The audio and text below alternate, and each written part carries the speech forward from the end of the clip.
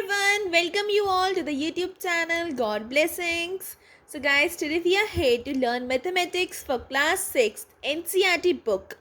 Chapter 1, exercise 1.2, question 9, 10, 11 and 12. In my previous videos, I have explained you till question 8 and now we are going to learn from question 9 till question 12. So I hope you have understood all the questions before, and we are going to do it interesting questions.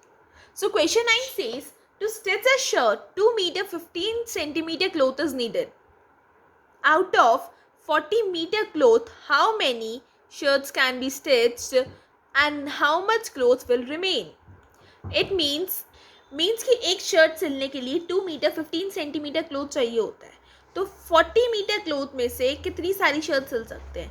2 metre 15 centimetre cloth कितनी shirt सिलता है? एक. तो 40 metre cloth कितनी सिल सकता है? अब ये हमें बताना है. सबसे पहले तो हम इस 2 मीटर 15 सेंटीमीटर को एक ही यूनिट में ले आएंगे, दैट इज सेंटीमीटर, और 40 मीटर को भी सेंटीमीटर में ले आएंगे. दैट ना ईजी हो जाएगा फिर हमारे लिए फाइंड आउट करना. ये वो बात हो गई, आपके पास 10 रुपीज़ हैं. 10 रुपीज़ से अगर आप 2 चॉकलेट्स ले सकते हो तो आप 20 रुपीज़ से कितनी चॉकलेट्स ले सकते हो? अब आप इसमें क्या करोगे? पहले तो आप देखोगे 10 रुपीज़ से अगर मैं 2 चॉकलेट्स ले सकता हूँ तो 1 रुपये में मैं कितनी चॉकलेट्स ले सकता हूँ? सॉरी, मीन्स 1 चॉकलेट कितनी रुपीज़ की आएगी मेरी? तो 1 चॉकलेट की वैल्यू निकालेंगे, 5 रुपीज़ की आएगी. तो अगर 5 रुपीज़ की एक चॉकलेट है तो 20 रुपीज़ की कितनी चॉकलेट होगी? तो हम उससे कैसे निकाल लेंगे? मल्टीप्लाई करके,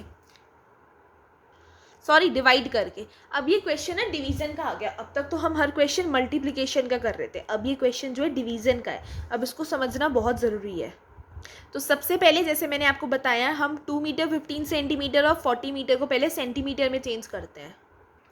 एज वी ऑल नो कि 2 मीटर 15 सेंटीमीटर को हमें सबसे पहले तो सेंटीमीटर में चेंज कर रहे हैं कि 1 मीटर में 100 सेंटीमीटर होते हैं. तो 2 मीटर में 2 into 100, 200 centimetre plus 15 centimetre, 215 centimetre हो गया.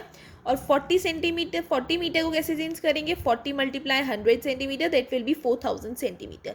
सबसे पहले इसको हमने सेंटीमीटर की यूनिट में चेंज कर लिया है. अब हम इसकी इक्वेशन बनाएंगे.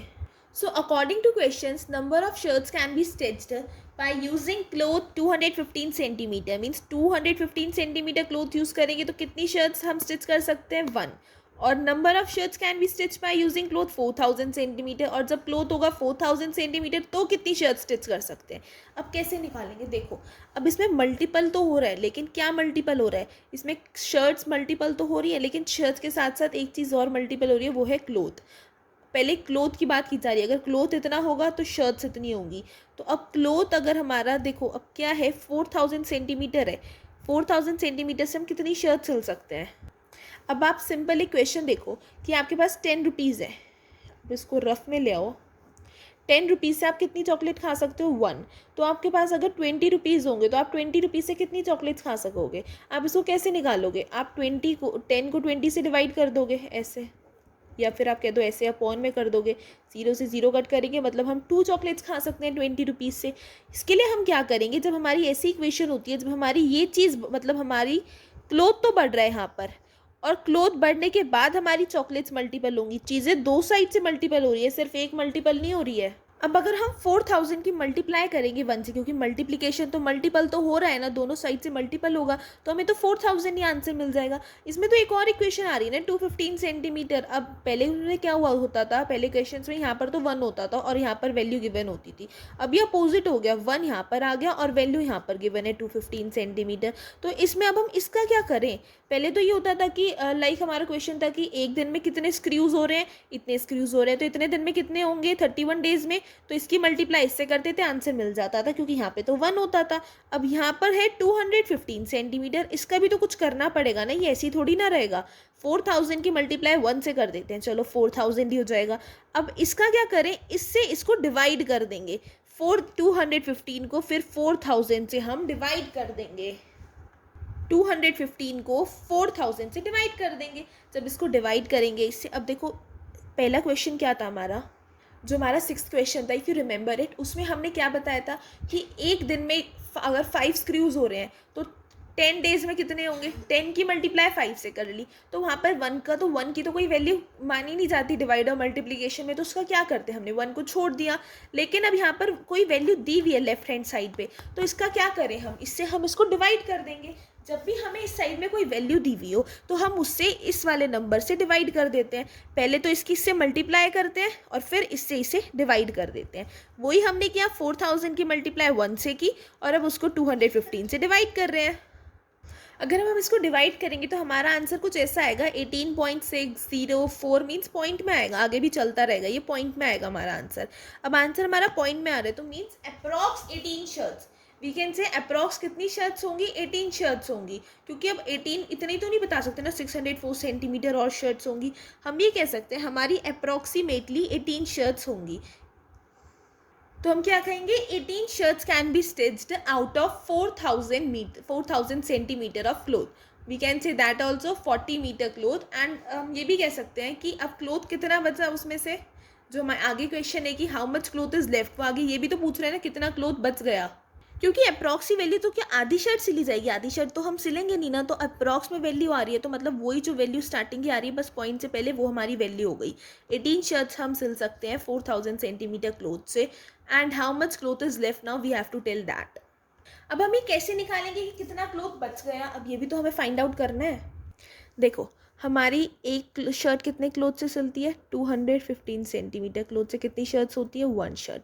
अब हमारी एक शर्ट तो इतने क्लोथ से सिलती है, मतलब ऐसे 1 शर्ट्स 215 सेंटीमीटर, तो 18 शर्ट्स ने कितना क्लोथ लिया होगा, 18 शर्ट्स हमारी 4000 सेंटीमीटर क्लोथ से जो सिली है, तो 18 शर्ट्स कितना क्लोथ लेंगी, 3870 सेंटीमीटर क्लोथ। तो अब 4000 में से उसने 3870 सेंटीमीटर क्लोथ यूज़ कर लिया, तो हमारे पास कितना क्लोथ बचा, हमारे पास बचता है 130 सेंटीमीटर क्लोथ। अब हम अगर इसको मीटर में निकालना चाहें तो क्या हो जाएगा, 1 सेंटीमीटर में कितने मीटर होते हैं, 1/100 मीटर, देन 130 सेंटीमीटर है मीन्स 1/130 मीटर मीन्स 20 से पहले आएगा हमारा पॉइंट यहाँ पे, मीन्स 1 मीटर 30 सेंटीमीटर क्लोथ। तो हमारा how much cloth is remained, 1 metre 30 centimetre, ये हम ऐसे फाइंड आउट करेंगे। टोटल क्लोथ तो अब हमें ये निकालना है ना, अब उसमें 4000 का 4000 तो नहीं लगा, क्योंकि अब उसमें से कुछ तो बचा होगा ना, अब उसमें से कितना बचा, अब 3870 लगा है तो 130 सेंटीमीटर क्लोथ बचा, और एक शर्ट को सिलने के लिए 215 सेंटीमीटर चाहिए, तो 130 सेंटीमीटर से तो क्लोथ हमारी शर्ट नहीं सिल सकती सीधी, तो इसलिए हमारा ये क्लोथ बच गया, और इसको हम कन्वर्ट कर लेंगे मीटर में, तो आंसर आ जाएगा 1 metre 30 centimetre. So what we gained as the answer, that 18 shirts can be stitched out of 40 meter cloth and 1 meter 30 centimeter cloth is remained. So I hope that you have understood this question very much clearly, because it was a very typical question in language. इसकी language ऐसे typically दे रखी थी ना, बिल्कुल घुमा फिरा के, कि क्वेश्चन समझना बहुत दिक्कत हो जाएगी समझने में, लेकिन क्वेश्चन वही है जैसे हर क्वेश्चन होता है, सेम इजी क्वेश्चन है, बस इसकी लैंग्वेज को थोड़ा टिपिकल कर दिया है। अगर हम इस क्वेश्चन को अच्छे से पढ़ेंगे तो हम इसको ईजिली कर सकते हैं। So I hope you have understood this question. So let's come to the 10th question now. 10th question says us कि medicine is packed in boxes each weighing 4 kg 500 ग्राम, मतलब मेडिसिन को पैक किया गया boxes में, और एक box कितना वे कर रहा है, कितना वेट एक बॉक्स का, 4 kg 500 ग्राम। तो 4 kg 500 ग्राम के ऐसे कितने बॉक्स हम एक वैन में भर सकते हैं, जो वैन 800 kg से ज़्यादा वेट नहीं उठा सकती, मीन्स 800 kg वेट ही लोड कर सकती है। 800 kg वेट अगर वो लोड कर सकती है, मीन्स अगर आप एक स्कूल वैन में जा रहे हो और उसमें 10 बच्चे आ सकते हैं, और एक बच्चे का 10 बच्चे आ सकते हैं, और 100 kg वेट आ सकता है, और एक बच्चे का वेट है 10 kg, तो कितने बच्चे आ जाएंगे, हम कैसे निकालेंगे, 100 को 10 से डिवाइड कर देंगे, ऑब्वियसली हमें आंसर मिल जाएगा, कितने, 10 बच्चे आ जाएंगे हमारी वैन में। सो इसीलिए हमें इस क्वेश्चन में भी यही करना है, सेम चीज़ है, बस वैल्यू बड़ी है। 4 kg 500 ग्राम का एक बॉक्स है, तो कितने बॉक्स आ जाएंगे अगर वैन में 800 kg तक हमारा वेट आ सकता है। Weight of each box is equal to 4 kg 500 gram, तो बेटर होगा हम इसको ग्राम में ही चेंज कर लें, 4500 ग्राम हो जाएगा। और अब हमें क्या बताना है कि वैन कितना वेट लोड कर सकती है, तो van can load is equals to 8000 kg, इसको अगर हम ग्राम में चेंज कर दें तो बहुत बड़ी वैल्यू हो जाएगी ना, देखो 1 10 100 1000 10,000 लाख मीन्स 80 लाख वेट हो जाएगा ये हमारा। 80 लाख ग्राम वेट हमारी वैन लोड कर सकती है। अब वो पूछ रहा है कि कितना बॉक्सेस उस वैन में हम फिट कर सकते हैं। तो अब हम कैसे निकालेंगे इसको कि अगर एक बॉक्स इतना है और कितने बॉक्सेस हम उस वैन में लोड कर सकते हैं, then how we have to find it. अब हमने ये पूछना है कि कितने बॉक्सेस हम उसमें लोड कर सकते हैं। अब कुछ चीज़ें इसमें बढ़ नहीं रही है, बॉक्सेस तो आएंगे बढ़ेंगे इसमें, लेकिन वैल्यू ऑलरेडी हमें गिवन है, बड़ी हुई है। तो अब कितने उसमें हमें बॉक्सेस लोड करने हैं, तो इसके लिए हम क्या करेंगे, इसको डिवाइड कर देंगे। मीन्स 80 लाख को 4500 से डिवाइड कर देंगे। We can divide it in this method also, upon में रखकर भी हम डिवाइड कर सकते हैं। हम 0 से 0 कट कर देंगे।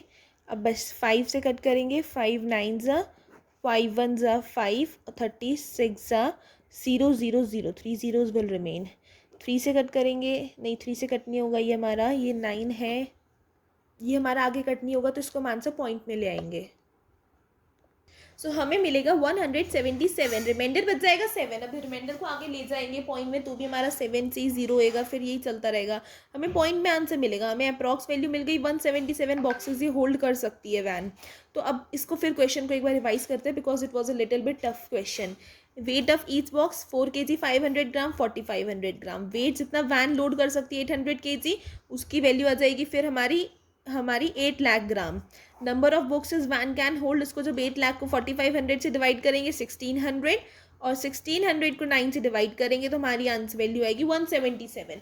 मीन्स कि वो boxes, how many boxes the van can hold, van can hold 177 boxes of medicine. So guys, now I hope that you have understood this question very much clearly. Let's come to the 11th question now. 11th question says the distance between the school and a student house is 1 kilometer 875 meter. Every day she walks both ways. Find the total distance covered by her in 6 days. See, question 11 says distance covered between the school and house. कितना distance है school और house के बीच में, 1 kilometre 875 metre. Means अगर इसको सिर्फ metre में लाएं 1875 मीटर। अब वो दोनों वेज आती है, अब जाएगी भी आएगी भी, तो टोटल डिस्टेंस कितना होगा, जाने का भी और आने का भी, तो इसकी मल्टीप्लाई 2 से कर देंगे। 2 इंटू 1875 मीटर कितना हो जाएगा हमारा, 3750 मीटर। मीन्स टोटल डिस्टेंस जो वो आने जाने का कवर करती है कितना करती है, 3750 मीटर। अब क्वेश्चन कह रहे हैं कि अब एक दिन में वो इतना डिस्टेंस कवर कर लेती है, जाती भी आती भी है, तो वो 6 डेज में कितना कवर करेगी। अब 1 डे की वैल्यू तो हमने निकाल ली, 6 days. I hope you have understood this question because it was a very easy question. So let's come to the question 12 now.